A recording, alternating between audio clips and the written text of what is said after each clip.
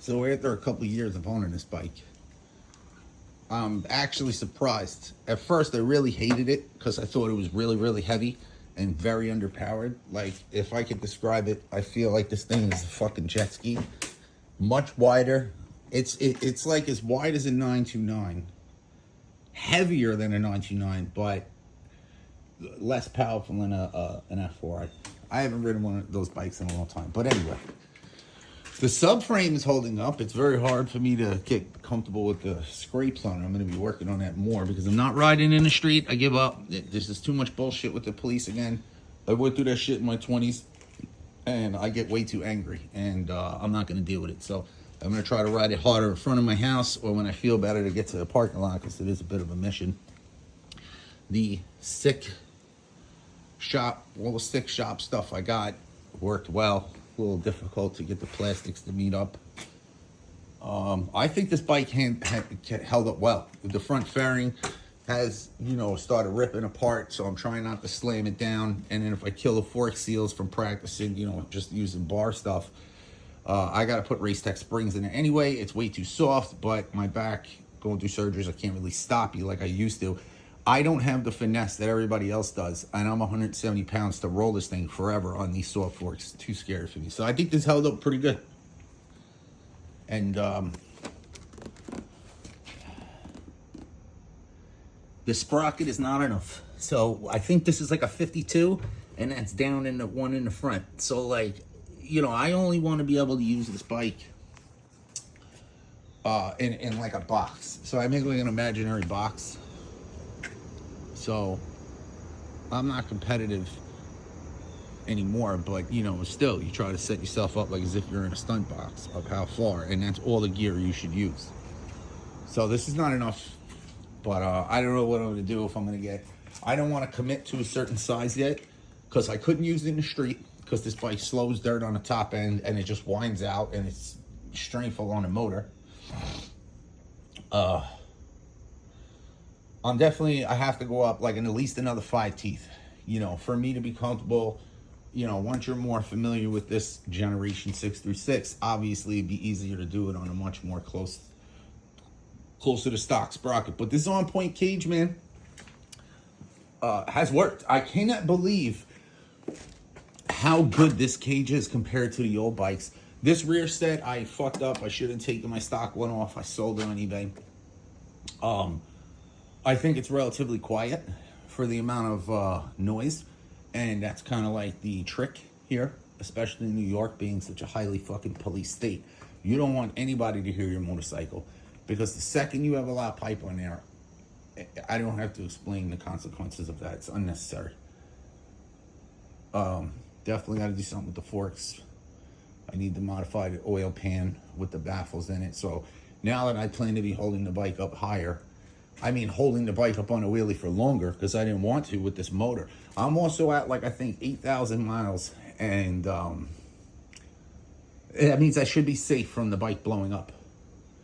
And, thank God for that. I think I'm okay. I don't plan on getting a tank right now because I'm still trying to work out circles. This bike is a lot harder to ride than I imagined. I thought I was going to get a fresh bike and I was going to kill it immediately, and it's completely not the case with this bike. This bike is very difficult to ride. It's very heavy. It's underpowered. It's a gorgeous bike, but one thing it has, I feel like it's more sturdy than F4Is and 929s were. But then again, I haven't peeled this thing apart to see if there's any cracks anywhere because remember, I'm not just riding it. I jump stairs. I, gap curbs and everything. As far as I can jump this like a dirt bike, I have. And it is still okay. It's unbelievable. I think the dirt bike bars and this triple clamp give me a massive advantage. I wouldn't try to gap this thing with stock clip-ons because, that's a recipe for disaster. And, I got to get braided lines. But then, I can't believe how strong it is. It's just so fucking heavy. It's so difficult for me to get used to. This tail is falling apart. And it's too flashy. So this bike, if I rode the R1 around, I didn't really have problems. But everybody sees this thing from a fucking mile away. And it's the amount of money that this thing is, I think we're at 20 to 21,000, definitely. It's gonna be around like 25 when it's done, and you can't even use the fucking thing like a regular car. But yeah, man, I wrapped it up. It came out like shit, but it works. It looks different. It's fine. It could always be peeled back and do something better. This is the first time I wrapped anything. So, like, I'm putting it off on the tank. And, you know, I need to get little things like these. I need to hit the Six shop up and make a small order. I got to get these. But these are meant to go in here. But the problem is I would never do that because I like to know that there's fluid in my reservoir, something going on. I still want them in a visible location. I want to take the mirrors off so I don't blow out the fairing, but like I want to be able to see behind me because you can never be at ease with this sport. It's just not possible. In a parking lot, in the middle of nowhere, some motherfucker is going to crawl out of the woodworks and come up around you. And, you know, you don't, like, if you're going to do a wheelie and you're in a parking lot and a cop shows up, like, why the fuck would you do that in front of me? So I like to be able to have mirrors instead of having to keep turning backwards and all of those shit. But I did everything that Nathan from the Six shop told me to do. And it works. He developed a hell of a formula.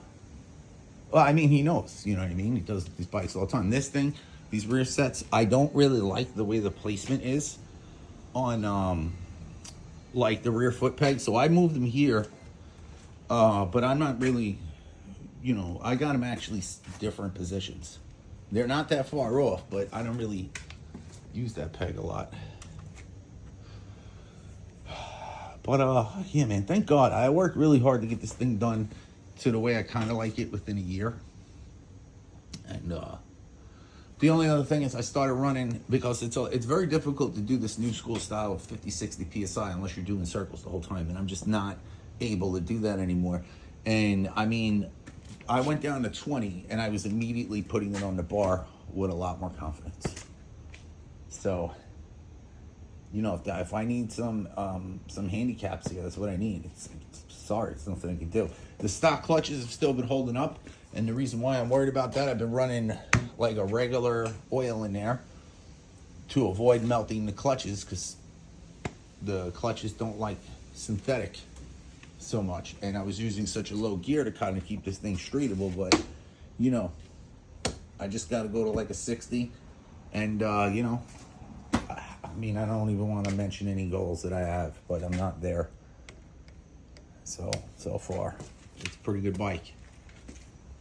I just don't trust the engine. I won't let it fall down for a long time. It acts funny.